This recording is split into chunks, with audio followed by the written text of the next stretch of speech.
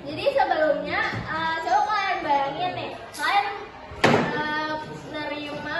tiba-tiba nerima jam tangan mereknya Cordeil atau gimana lah itu bacanya. Mungkin kalian sangat asing ya dengan merek itu. Jadi kalian pasti bakal menganggapnya, apalah ini kan, gak jelas gitu. Ternyata merek itu tuh salah satu merek jam tangan paling mahal di dunia. Kalian pasti kalau punya itu, kalian bakal disayang-sayang, bakal dijaga, nggak sampai lecet. Nah, sama halnya dengan Ramadan ini nih.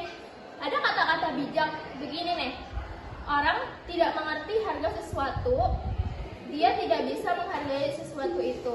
Nah, sama banget dengan Ramadan yang setiap tahun akan kita terus hampiri. Orang yang tidak mengetahui harga Ramadan, dia akan menghadapinya dengan biasa-biasa saja.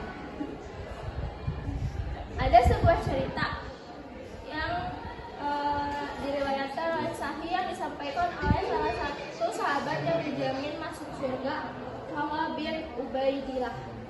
Jadi ada dua orang tiba di Madinah, datang menemui Rasulullah SAW. Keduanya memeluk Islam pada waktu bersamaan. Lalu salah seorang dari mereka sangat bersemangat dalam beribadah dibanding kawannya. Teman yang giat beribadah ini ikut berjihad dan gugur sebagai syahid. Temannya satu lagi memiliki usia yang lebih panjang 1 tahun darinya. Setelah 1 tahun, orang kedua ini wafat. Talha berkata, aku bermimpi seakan-akan aku berada di depan pintu surga. Ternyata aku bersama kedua orang tersebut. Ketika itu datanglah malaikat dari dalam surga yang bertugas membuka pintu surga, yaitu malaikat Ridwan. Lantas orang yang meninggal lebih belakangan dipersilakan memasuki surga terlebih dahulu. Malaikat yang bertugas membuka pintu surga kembali datang. Barulah yang gugur sebagai syahid dipersilakan masuk ke dalam surga. Lalu keduanya menemuiku dan mengatakan, kembalilah karena waktumu belum tiba.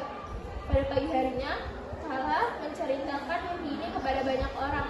Orang-orang pun menjadi terheran-heran dengan mimpi tersebut. Pada akhirnya hal ini sampai kepada Rasulullah SAW. Apa yang kalian herankan? Tanya Rasulullah. Para sahabat menjawab, wahai Rasulullah, mengapa yang lebih rajin beribadah dan gugur sebagai syahid di jalan Allah malah masuk surga belakangan? Rasulullah pun menjawab, bukankah orang yang kedua berumur 1 tahun lebih panjang dibanding orang yang pertama? Benar, jawab para sahabat. Rasulullah SAW melanjutkan, bukankah orang yang kedua berjumpa dengan Ramadan dan berpuasa di bulan Ramadan? Mereka menjawab, benar. Rasulullah kembali mengajukan pertanyaan, bukankah orang yang kedua sholat sekian rakaat dalam setahun? Benar, jawab para sahabat. Lalu seperti yang disabdakan oleh Rasulullah dalam haji riwayat Ahmad nomor 1403, yang memiliki arti sungguh perbedaan derajat keduanya di surga lebih jauh dibandingkan jarak langit dan bumi. Nah, riwayat itu menyentak kita, kalaulah satu Ramadan saja mampu mengangkat derajat mukmin satu dengan yang lain, setinggi antara langit dan bumi. Kita nggak bisa membayangkan kalau tambahan Ramadan itu bukan hanya 1 ataupun 2 kali, tetapi berulang kali. Inilah seharusnya yang menjadikan kita paham akan harga kemuliaan Ramadan.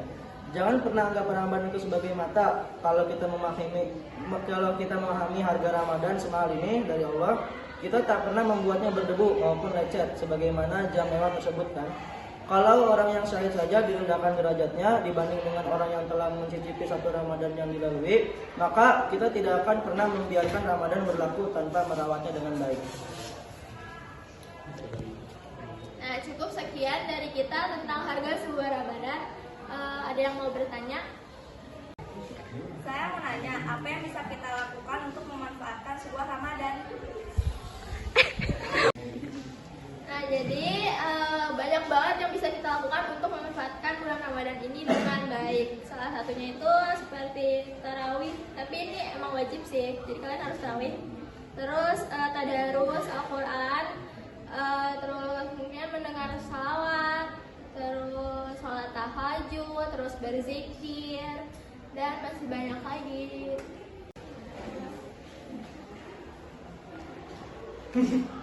Saya ingin bertanya, bagaimana cara kita agar kuat berolahraga di kala sedang berpuasa?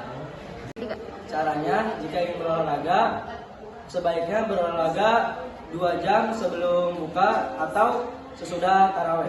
Jadi saat sebelum buka itu kita saat berolahraga, sesudah olahraga itu kita bisa langsung buka, langsung makan dan mengisi energi kita. Dan jika sesudah taraweh kan saat kita sudah buka kita mempunyai energi lagi kan ya. Jadi itu waktu yang bagus untuk berolahraga. Cukup sekian dari kita. Kurang lebihnya mohon maaf. Wassalamualaikum